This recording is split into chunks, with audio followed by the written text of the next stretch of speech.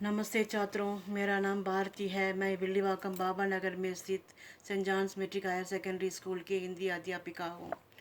Corona corona आजकल बहुत बढ़ती ही जा रही है। मैं आपसे उसकी तीन बात मैं कहना चाहती हूँ। आप खुद बीमार हैं तो डॉक्टर से मिलने के अलावा बाहर निकलें और अन्य जगहों पर जाने से बचें। सर्दी, खांसी और जुकाम होने पर टिश्यू का इस्तेमाल करें। परिजनों के साथ भी कम बैठने की कोशिश करें। ठीक है छात्रों, अब हम कहानी की ओर जाएंगे। आज आपको कहानी पाठ पढ़ाने जा रही हूँ। उसका शीर्षक है आकाशदीप। इस कहानीकार का नाम जयशंकर प्रसाद है। अब हम उनके बारे में देखेंगे। जयशंकर प्रसाद, उनका काल 30 जनवरी 1890 से लेकर 15 नवंबर 1937 तक है। वे हिंदी कवि, नाटककार, कहानीकार, उपन्यासकार तथा निबंधकार थे। वे हिंदी के छायावादी युग के 4 प्रमुख स्तंभों में से एक हैं।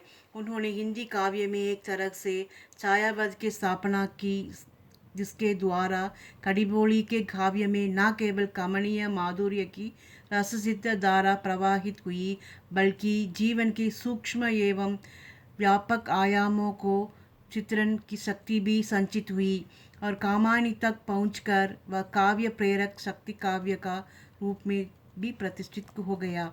बाद के प्रगतिशील एवं नई कविता दोनों धाराओं के प्रमुख आलोचकों ने इस शक्तिमता की स्वीकृति दी। उसका एक अतिरिक्त प्रभाव यह भी हुआ, कड़िबोली हिंदी काव्य की निर्विवाद सिद्ध भाषा बन गई। यानी कि यह क्या कहना चाहते हैं कि जयशंकर प्रसाद छायावादी कवि के प्रमुख स्तंभ हैं। प्रमुख स्तंभ 4 लोग होते हैं। वे लोग महादेवी वर्मा, डॉक्टर नगेंद्र, आचार्य रामचंद्र शुगल, जयशंकर प्रसाद। जयशंकर प्रसाद जी, इसका अतिरिक्त प्रभाव यह भी हुआ कि कड़िबोली हिंदी काव्य की निर्विवाद सिद्ध भाषा बन गई। इनकी भाषा कड़िबोली होती है। उन्हें कामायनी पर मंगल प्रसाद पारितोषिक प्राप्त हुआ था। उन्होंने जीवन में कभी साहित्य को अर्जन का माध्यम से नहीं बनाया, अपितु वे साधना समझकर ही साहित्य की रचना करते रहे। कुल मिलाकर ऐसे बहुआयामी प्रतिभा को साहित्यकार हिंदी में कम ही मिलेगा, जिसने साहित्य के सभी अंगों को अपनी कृतियों से न केवल समृद्ध किया हो, बल्कि उन सभी विधाओं को काफ़ी ऊंचा स्थान भी रखता है। वरना क्या कहते हैं कि इनकी प्रसिद्ध कवि काव्य कामायनी, वह कैसा काव्य, मंगला प्रसाद पारितोषिक प्राप्त हुआ था उसके कामायनी कवि काव्य के लिए। युग प्रवर्तक महाकाव्य के स्वर्गीय जयशंकर प्रसाद की प्रतिभा चतुर्मुखी थी। कविता, नाटक, कहानी, निबंध आदि साहित्य के सभी अंगों को उन्होंने समृद्ध किया। चतुर्मुखी माने ही इज़ वेरी क्लवर। कथा साहित्य के क्षेत्र में प्रेमचंद की तरह ही उनका अपना स्कूल है और नाटककार तो यह सर्वश्रेष्ठ माने जाते हैं। प्रसाद जी की कहानियों भावात्मक होती है। ये ग्रेट नाटककार और सर्वश्रेष्ठ मीन नाटककार तो प्रेमचंद की तरह उनका अपना स्कूल है और नाटककार तो वह सर्वश्रेष्ठ माने जाते हैं। माने यह सर्वश्रेष्ठ नाटककार भी हैं। और प्रसाद जी की कहानियों में भावात्मक होती है। उनकी कहानी बहुत भावात्मक होती है। भावात्मक माने इमोशनफुल। उनमें अतीत वैभव की गरिमा विशेष रूप से पाई जाती है। कल्पना की प्रचुरता और संस्कृत शब्दावली की बहुलता उनकी रचनाओं की क्लिष्ट नहीं बताती, वरन उनके विशिष्ट सौंदर्य प्रदान करती है। वरना उनके कविता, नाटक, कहानी, निबंध सब बहुत विशिष्ट सौंदर्य प्रदान करती है। अब हम कहानी की ओर जाएंगे। आकाशदीप। आकाशदीप प्रसाद जी की श्रेष्ठतम कहानियों में से एक है। श्रेष्ठतम माने मैंने पहले बताई थी, ग्रेटेस्ट। इसका कथानक भारत के उस गौरवमय अतीत से संबंधित है, तब कि यहाँ के नाविक सागर की छाती को चीर कर बाली, जावा, सुबत्रा आदि द्वीपों में जा पहुँचे थे। कर्तव्य और प्रेम की द्वंद्व दिखाते हुए लेखक ने उसी युग की काल्पनिक एवं भव्य चित्र हमारे सामने उपस्थित किया है। अब हम कहानी की ओर जाएंगे। इस कहानी में 4 मुख्य पात्र होते हैं। वे हैं चंपा, बुद्धगुप्त, जया और नायक, ये 4 पात्र अति मुख्य है। इसके अलावा एक और पात्र है, मणिभद्र नामक एक पात्र है, वह गौण पात्र हैं। अब हम कहानी की ओर जाएंगे। इसमें दो बंदी के बीच में होने वाली बातें पहले से आरंभ होता है। बंदी, क्या है, सोने दो। मुक्त होना चाहते हो? अभी नहीं। निद्रा खुलने पर चुप रहो, फिर अवसर ना मिलेगा। पहला बंदी दूसरा बंदी को पुकारता है, बंदी कहकर पुकारता है। दूसरा बंदी कहता है, क्यों मुझे बुलाते हो, मैं सोना चाहती हूँ। दूसरा बंदी कहता है, मुक्त होना चाहते हो? अभी नहीं। निद्रा खुलने पर चुप रहो। मैं अब मुक्त नहीं होना चाहती, मुझे नींद आती है, इसलिए तुम चुप रहो। इस प्रकार दूसरा बंदी कहता है। फिर अवसर ना मिलेगा। बड़ा शीत है, कहीं से कंबल डालकर कोई शीत से मुक्त करता। आंधी आने की संभावना है, यही अवसर है। आज मेरे बंधन सिल है, तो क्या तुम भी बंदी हो? हाँ, धीरे बोलो। इस नाव पर केवल 10 नाविक और प्रहरी हैं। शस्त्र मिलेगा? मिल जाएगा। पोत संबंध रज्जु कर सकोगे? हाँ। समुद्र में हिलोरें उठने लगी। दोनों बंदी आपस में टकराने लगे। पहले बंदी ने अपने को स्वतंत्र कर लिया, दूसरे का बंधन खोलने का प्रयत्न करने लगा। लहरों के धक्के एक दूसरे के स्पर्श में पुलकित कर रहे थे। मुक्ति को आशा, स्नेह का असंभावित आलिंगन, दोनों ही अंधकार में मुक्त हो गए थे। पहले बंदी ने आशा तरीक से दूसरे को गले से लगा लिया। सहसा उस बंदी ने कहा, यह क्या, तुम स्त्री हो? यह क्या कहते हैं? तो समुद्र में क्या होता है? हिलोरे उठने लगता है। वो हिलोरे माने लहर, लहर आने लगता है। लहर के उसके कारण दोनों बंदी आपस में टकराने लगते हैं। उससे एक धक्के से एक दूसरे को स्पर्श में पुलकित हो जाते हैं। सो दोनों ही अंधकार में मुक्त हो जाते हैं। सो पहला बंदी आशा तरीक से दूसरे को गले से लगा लिया। सहसा अब उनको पता चला वह दूसरा बंदी एक स्त्री हो। सो उससे पूछता है, तुम क्या स्त्री हो? इस प्रकार वह पूछता है। क्या स्त्री होना क्या कोई पाप है? अपने को अलग करते हुए स्त्री ने कहा, शस्त्र कहाँ है? तुम्हारा नाम? चंपा। तो पूछता है, तुम्हारा नाम क्या है? उस प्रकार एक बंदी पूछता है। तो दूसरा बंदी कहती है, मेरा नाम चंपा है। इस प्रकार कहती है। तारक खचित ग्रीन अंबर और नील समुद्र अवकाश में पवन ऊधम मचा रहा था। अंधकार से मिलकर पवन दुष्ट हो रहा था। समुद्र आंदोलन था। नौका लहरों में विफल थी। स्त्री सतर्कता से लुढ़कने लगी। एक मतवाले नाविक के शरीर की टकराती हुई सावधानी से उसका कृपाण निकालकर फिर ढुलकते हुए बंदी के समीप पहुंची गई। सहसा पोत के पथ प्रदर्शक ने चिल्लाकर हुए कहा, आंधी। सो उसके बाद क्या होता है? आंधी के कारण वह स्त्री सतर्कता लुढ़कने लगती है। वह लुढ़कने के कारण वह कैसे लुढ़कती है? सतर्कता में अलर्ट, अलर्ट, सतर्कता से लुढ़कने लगती है। एक मतवाले नाविक के शरीर के टकराती हुई सावधानी से उसका कृपाण निकालकर फिर ढुलकते हुए बंदी के समीप पहुंच गई। सहसा पोत के पथ प्रदर्शक ने चिल्लाकर कहा, आंधी। पोत के पद प्रदर्शक कैसे चिल्लाता है? आंधी आंधी कहकर चिल्लाता है। उसके कारण घंटा बजने लगा। सब सावधान होने लगे। बंदी युवक उसी तरह पड़ा रहा। किसी ने रस्सी पकड़ी, कोई पाल खोल रहा हो, पर युवक बंदी ढुलकते हुए बंदी उस रज्जू के पास पहुंचा जो पोत से संलग्न थी। तारे टंग गए, तरंगे उद्वेग हुई, समुद्र गरजने लगा। भीषण आंधी पिशाचिनी की समान नाव को अपने हाथों में लेकर कंदुक क्रीड़ा और अट्टहास करने लगे।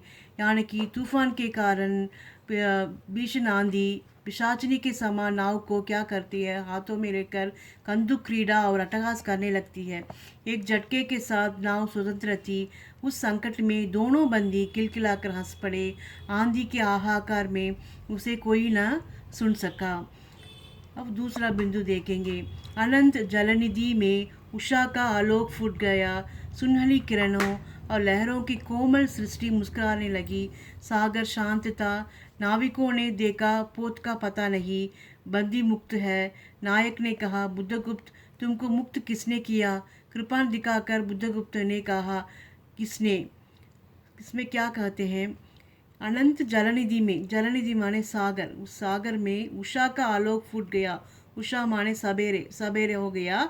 उसमें सुनहले किरणें, सुनहले किरणों माने गोल्डन रेज, और लहरों की कोमल सृष्टि मुस्कुराने लगी। सागर शांतता, सागर देखने में बहुत शांत था। नाविकों ने देखा, वहाँ के नाविक लोग देखते हैं, पोत का पता नहीं, वहाँ का पोत कहाँ गया पता नहीं।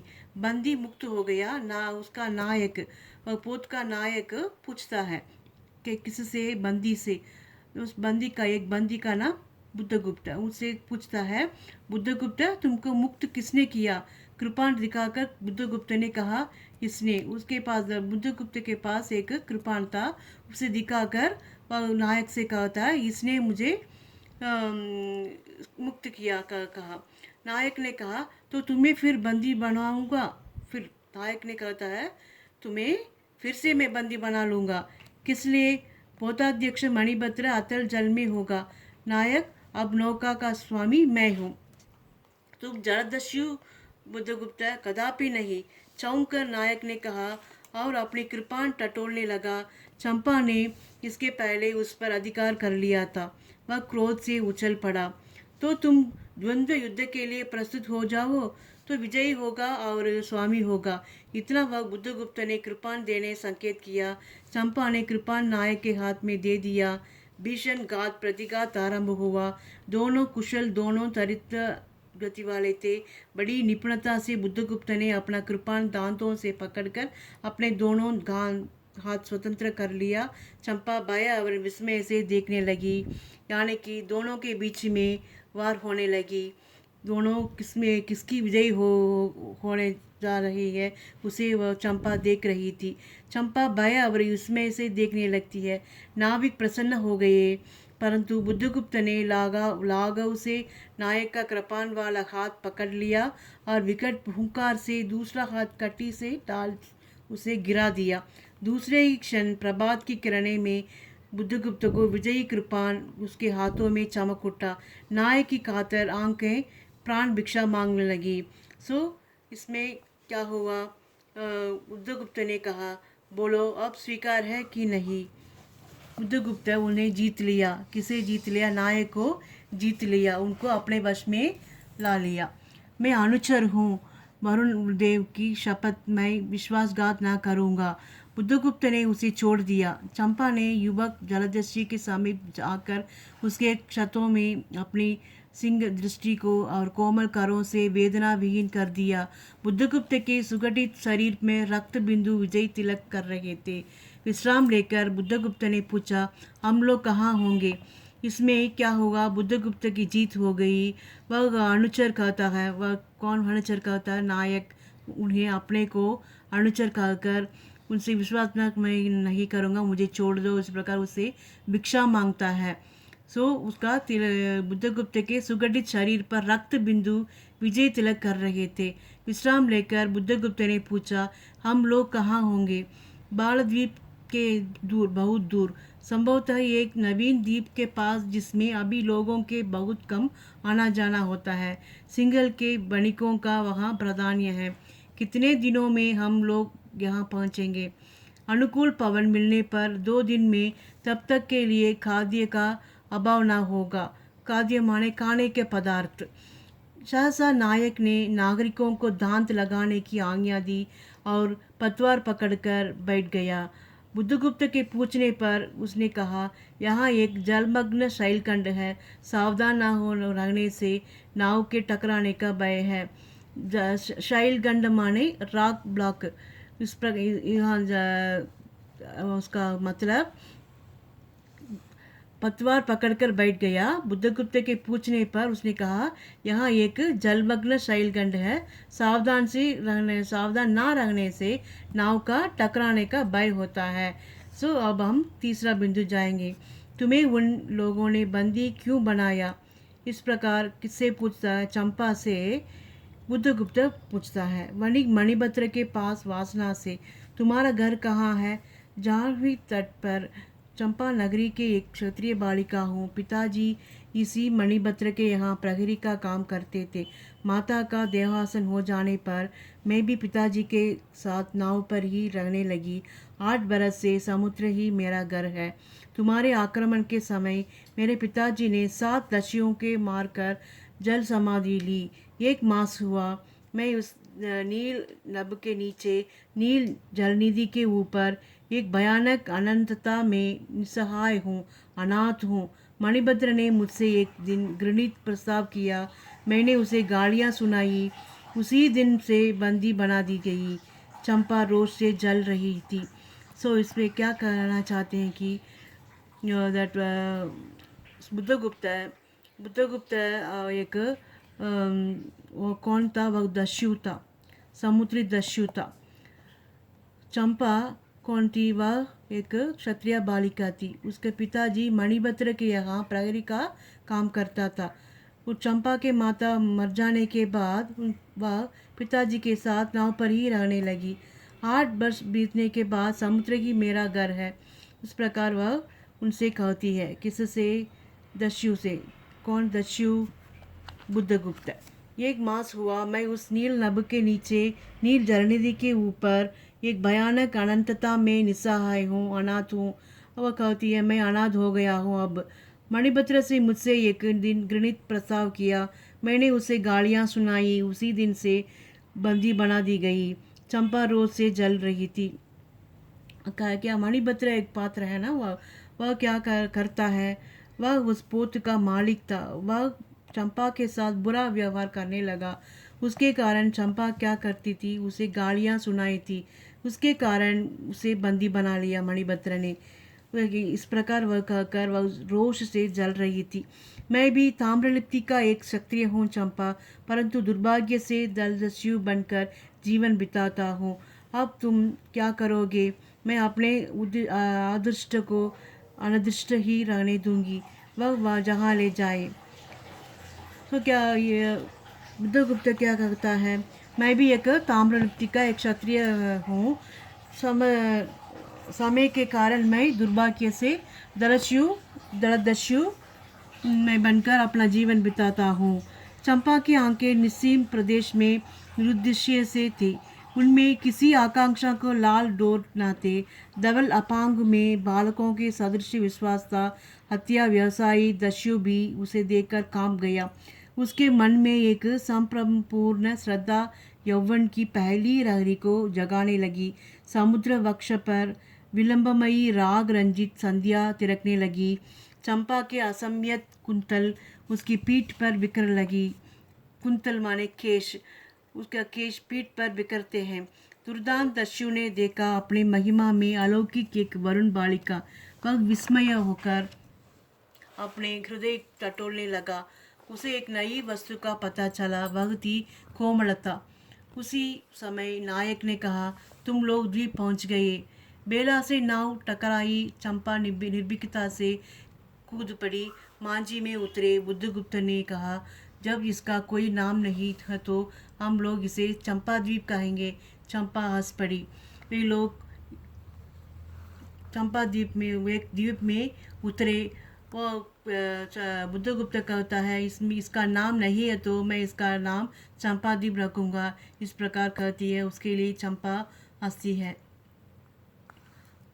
उसके बाद 5 वर्ष के बाद शरद के धवल नक्षत्र नील गगन में जलमला रहे थे।